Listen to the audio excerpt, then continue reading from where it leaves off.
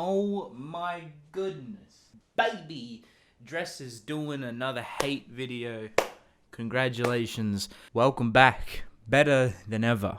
I know I haven't uploaded in a bit, and we're starting off strong. I think I'm pretty convinced at this point that Ghoul REE Season 2 of the anime, obviously, they don't care about the fans. Studio Period don't give a single fuck about anyone or anything. They just want to make money. And you know what? Hey, at the end of the day, it's business. It's all it is. Business. That's all it is. It's business. That's all it is. They're just trying to make a buck. All right, and it's sad. It sucks. I respect them because that's what it is. It's a business. At the end of the day, they're trying to make money, but it fucking sucks. I just said the same thing. Why did I repeat that? I don't. What the fuck am I doing? It's been a bit, okay? It's been a bit. The reason why I'm so toey right now, right? The reason why I'm a little bit hyperactive and a little bit upset with Studio Period is they released a key visual, right? A promotional image that's going to be showcased across the globe, everywhere, most likely. This image contains spoilers that no one should witness in their life, especially if you haven't read the manga, especially if you're going into Tokyo Ghoul or Ghoul REE, you're somehow going to come across this image and it's going to spoil absolutely everything for you. First of all, who spoils things? I have never spoiled anyone, okay?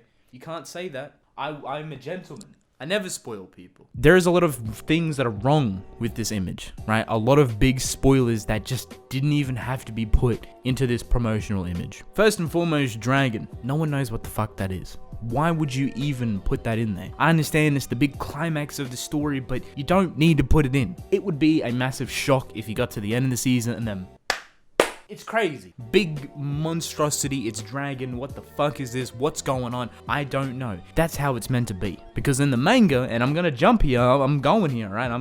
They only tease it slightly. Very, very slightly. You only hear about Dragon when, you know, it's very close to actually being revealed, and you don't know what it is. It's actually misleading on how they introduce it into the story, and that's how it's meant to be. You're not meant to know what it is or what it looks like before it even happens. Before it even gets announced. I hate that. That sucks. Two other big things. I don't like the fact that they play on Furuta, and I don't like the fact that they put Rize in the promotional image, right? You're probably thinking, it's not a big deal, man. Come on, it's not. It's just characters. Like, why do they do that? You don't know that Furuta is a bad person. You don't know he's a villain. They done the exact same thing with Ghoul REE Season 1. They put Furuta in the anime opening, in the intro, and they showcased him as a big bad villain. You don't know that. Why would you put that in there? Who thought that was a good idea? That was a bad idea. That was silly, right? And they put him back into this promotional image, then it just kind of clarifies it, and it's just like a massive spoiler. It's like, well, whatever. Rize, on the other hand, don't know why you would implement her because she is nowhere to be seen ever, right? Until the dragon situation. So it kind of implies like, oh, she's going to be seen, obviously, in this upcoming season. That in itself is also meant to be a mystery. It's not meant to be shown or known before it actually happens. The final two characters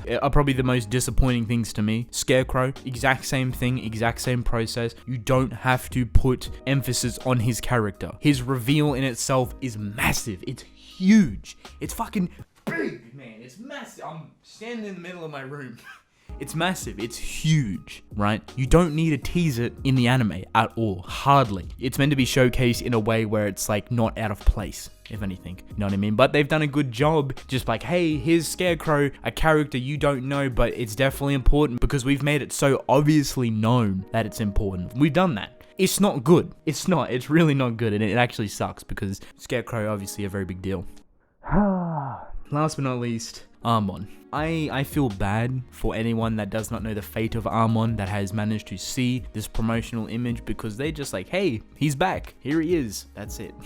Honestly, I don't understand the thought process behind it. You know, I understand a lot of animes and promotional art feature some very climatic moments and very spoiler, teasery stuff, etc., etc. You know, that's always bound to happen. But a lot of this stuff could have just easily been done in a way that's not so obvious. Armon, for example, could have been taken out completely and it would have done absolutely nothing. Scarecrow could have been taken out and it would have done absolutely nothing. Same with Rize. Furuta could have been changed to not look so malicious in intent and just could have been on the screen, so it implies that he plays a bigger role, but he doesn't look like a big bad fucking villain. Dragon could have been ultimately shadowed out, or a large creature or something that is like blurred out or blacked out or whatever, so you don't exactly know what it is or what it looks like or the concept of it, but you know there's something big lurking there. That's it. It's easy as that? I should be the marketing for Tokyo Ghoul REE. Don't hire me, Studio Period. I don't want to work for your company. You butchered the anime. With the promotional stuff out of the way, that makes me extremely upset. It's obviously been confirmed, more or less, that there's going to be 100+ chapters in 12 episodes. They're covering all the way to the ending of Tokyo Ghoul REE. There's two ways they can do this. One, they can adapt, basically every single chapter, which is like 120+, I believe, and it's just going to be extremely fast paced. It's just going to be like, 10 to 12 chapters per episode. Extremely poor, extremely bad. The other way they can do it is that they can actually skip arcs. And honestly, it's just as bad because each arc has an overarching kind of story development or character development that is very vital and important to the overall structure of the story. Shocking! Who knew that a story could be so complex? Studio Period didn't know. They're baffed by it. They're baffed on how complex Tokyo Ghoul REE is. It's ridiculous. It's crazy. It's insane. So we don't really have many good options. On one hand, it's going to be extremely rushed. On the other hand, it's going to skip arcs and be extremely rushed. So I guess take your pick. The first season done a very poor job in developing characters, in telling a story, and I was extremely disappointed with it. I gave Studio Period a fair chance. I was like, hey, I'm willing to give you guys a chance. The first season of Tokyo Ghoul wasn't too bad. It was all right. That's what I would put it as. Route A, don't know why you went down that direction. Tokyo Ghoul REE, give you a chance. Fresh start, clean slate. You butchered it, 100%. At this point, the amount they butchered it in season 1, I can only expect that it's going to be 10 times worse in season 2.